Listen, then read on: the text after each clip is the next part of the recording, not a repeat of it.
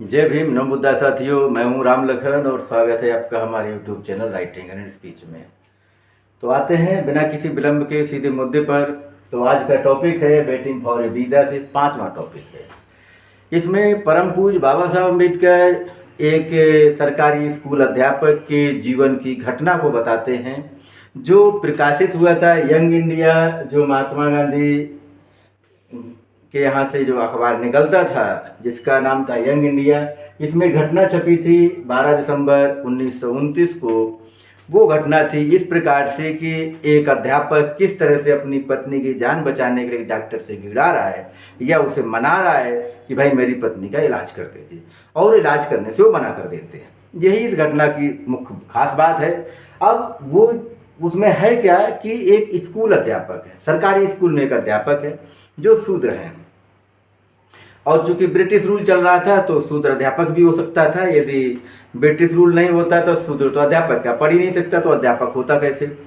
तो अध्यापक जो था वो शूद्र था, और उनकी पत्नी को एक बच्चा हुआ, और बच्चा को जन्म देते ही वो बीमार हो गए।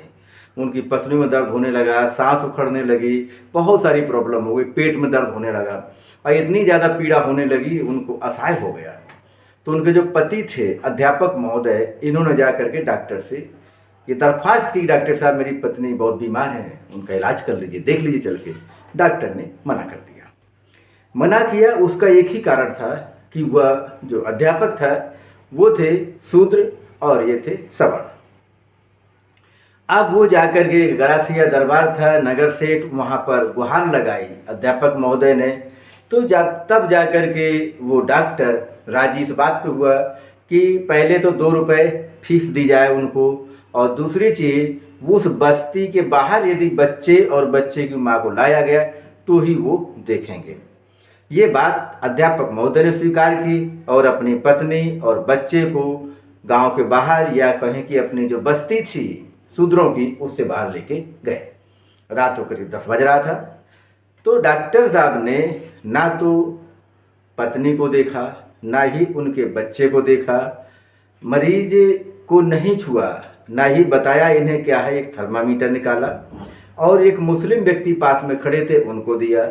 मुस्लिम व्यक्ति ने मास्टर साहब को दिया जो अध्यापक थे। उन्होंने अपनी पत्नी को जिस तरह से उन्हें बताया कि इस तरह से चेक करते फीवर को, उनके मुंह में लगाया, और थोड़ी देर बाद जब वो काम हो गया तो उन्होंने कहा उसे निकालिए। निकालने के बाद उन्होंने फिर एक मुस्लिम व्यक्ति थे उनको दिया, उन्होंने डॉक्टर को दिया। डॉक्टर ने लालटेन की रोशनी में रात में चेक करके बताया कि इन्हें निमोनिया हो गया है, और दवाइयाँ लिखी। मास्टर साहब जो थे अध्यापक महोदय वो बाजार गए और दवाइयाँ लेकर के आए, पत्नी को दी, लेकिन उनकी जान नहीं बचा पाए। अंततः वो दूसरे दिन वो एक्सपायर हो गए, मतलब देहांत हो गया उनका, उनकी जीवन लीला खत्म हो गई। जो अध्यापक महोदय थे वो लिखते हैं कि मेरे जीवन की ज्योति बुझ गई। अब समस्या यहाँ पर क्या आती है कि जो इलाज करने वाला था वो भारतीय था, जो बीमार था वो भी भारतीय था, तो फिर इलाज क्यों नहीं हुआ? क्या हमारे देश में जाति इतनी इम्पोर्टेंट है कि हम उस हद तक जा सकते हैं कि हम किसी मतलब दया से या मानवता से भी दूर निकल जाते हैं, कि ये चीज़ों को हम ख़त्म कर देते हैं। भले आदमी की जान चली जाए, लेकिन वो जाति का यदि शूद्र है तो हम उसकी किसी तरीके से मदद नहीं कर सकते। और यही उन्होंने किया, चूँकि धर्म उनका यही बताता है कि हमें शूद्रों की जान नहीं बचानी चाहिए, इसीलिए उन्होंने वो काम नहीं किया। और जो मृत्यु हुई वो मृत्यु सही समय से उपचार न कर पाने के कारण हुई थी। और आज भी हम देखें तो बहुत सारी महिलाओं को जो शूद्र होती हैं, दलित हैं, ऐसी बहुत सारी महिलाओं की जान इसी कारण चली जाती है, बहुत लोगों की जान चली जाती है सही इलाज ना होने से, या इलाज में विलंब करने से, या निर्दयता दिखाने से। यदि हम इतने नीचे तक चले गए हैं कि हम यदि धर्म की वजह से ऐसा नहीं कर पा रहे हैं, तो ऐसे धर्म से क्या फ़ायदा जो हमें मानवता ही नहीं सिखाता, जो हमें किसी की जान बचाना नहीं सिखाता। और डॉक्टर ने वही किया, डॉक्टर ने धर्म का पालन किया और अमानवीयता को गले लगाया।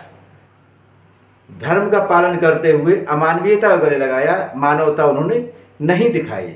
इसीलिए जो मेरी अपील रहती है वो ये रहती है कि बाबा साहब अम्बेडकर द्वारा लिखे गए साहित्य को पढ़ना समझना क्यों जरूरी है।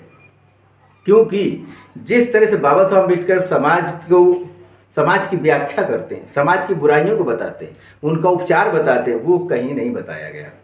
किसी भी जगह आप पढ़ेंगे इतने आसानी से, इतने सरल तरीके से, इतने अच्छे तरीके से नहीं बताया गया है। और जब तक आप अपने देश की वास्तविकता को समझेंगे नहीं, इस देश को कभी भी आगे नहीं ले जाया जा सकता। ना समाज का विकास होगा, ना देश का विकास होगा। ये तभी होगा जब हम इनकी जो बुराइयां, उनकी जड़ों को समझेंगे। आखिर उस अध्यापक की पत्नी बच्चे का इलाज करने से क्यों मना किया? चूंकि जड़ छिपी थी बुराई की धर्म में। हम यदि वहां से उस डॉक्टर को निकालने में कामयाब हो जाते हैं कि वो मानवता और दया को पहले रखे, धर्म को बाद में रखे। धर्म यदि इस तरह का ही किसी की जान जाने दो जा रही है तो हम नहीं बचा सकते, तो भाई कैसा धर्म है, हमारी समझ से तो बाहर है। और इस तरह से यदि हम मानवता को गले लगाते हैं, मानवता पर जीते हैं, तो कहीं ज़्यादा बेहतर होगा। हम दयालुता के साथ जीते हैं, दया दिखाते हैं तो बेहतर होगा। ये धर्म यदि अमानवीयता दिखाता है तो धर्म में सुधार करने की जरूरत है। और इस तरह से जो बाबा साहब लिख रहे हैं वो हमें यही अवगत करा रहे हैं कि ये घटना ऐसा नहीं कि आने वाले दौर में नहीं होगी।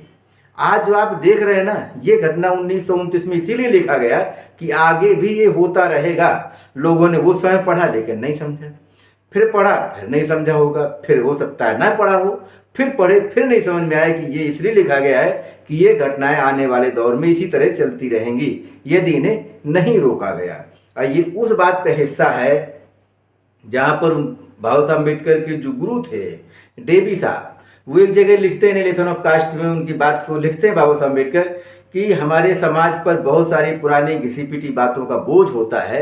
हमें चाहिए कि हम अपने समाज को धरोहर के रूप में या वसीयत के रूप में उन चीज़ों को दें जो आने वाले समय उपयोगी हो, या वर्तमान में जिनकी प्रासंगिकता हो, जो वर्तमान में प्रवेश कर सकें, ऐसी चीज़ों को हमें आगे बढ़ाना चाहिए। और जो घिसी पिटी चीज़ें उन्हें छोड़ देना चाहिए। इस तरह से एक प्रबुद्ध समाज का निर्माण होता है। और इसी तरह से यदि प्रबुद्धता की ओर आगे बढ़ता जाएगा तो समाज एक दिन बहुत आगे जाएगा, एक मुख्य मतलब उच्च प्रबुद्धता को पहुंच जाएगा।